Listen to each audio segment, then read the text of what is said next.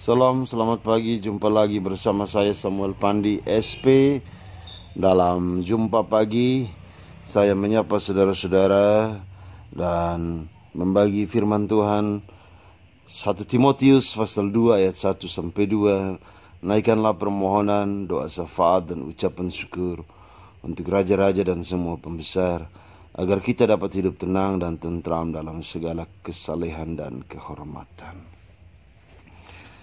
Saudara-saudara, peran seorang raja, seorang pemimpin dalam kehidupan kita sungguh besar.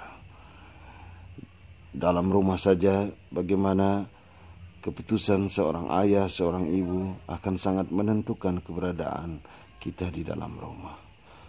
Dan karena itu, firman Tuhan ajarkan kita untuk mendoakan. Doakanlah para pemimpin kita. Mengapa?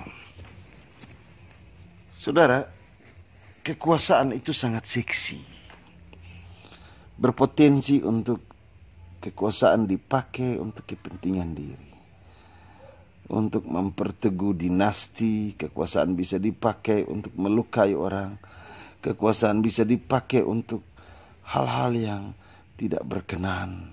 Bisa merugikan banyak orang. Kita tahu bahwa karena kekuasaan itu orang berupaya merebut.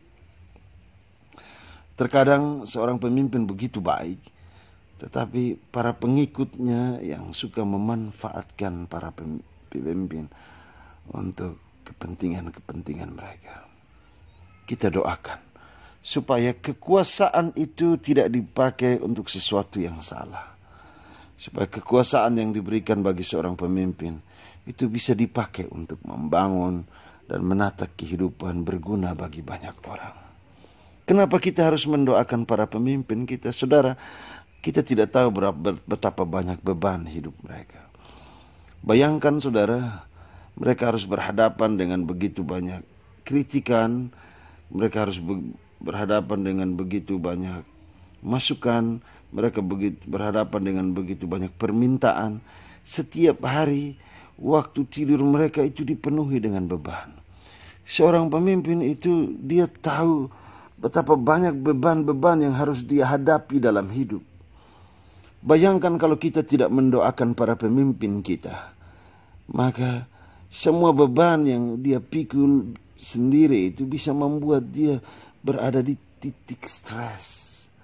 Beban-beban itu bisa membuat dia salah dalam mengambil keputusan. Kita harus mendoakan para pemimpin kita. Mengapa kita harus mendoakan para pemimpin kita, saudara? Supaya kewibawaan tidak hilang dalam diri mereka. Supaya apa yang mereka lakukan itu menjadi personifikasi dari diri kita sebagai masyarakat.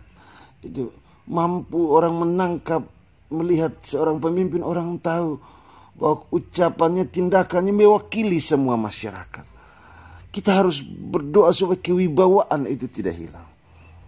Saudara, Tuhan tidak pernah membenci para pemimpin. Tuhan tahu bahwa di bumi ini Tuhan butuh para pemimpin sehingga mereka boleh mengadministrasikan seluruh kehendak Allah di dalam hidup ini.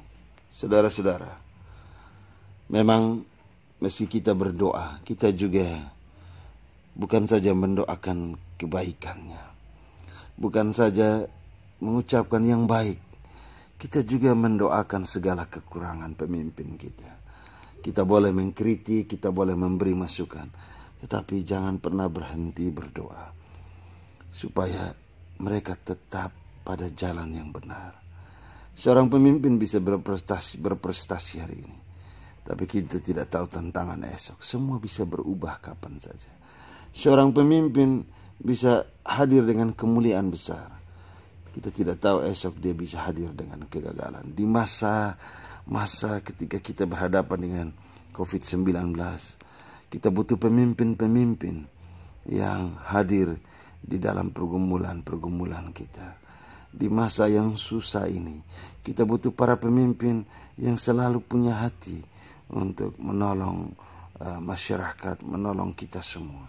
Mari kita mendoakan mereka supaya mereka memiliki hati yang peduli, hati yang melayani, hati yang mengasihi.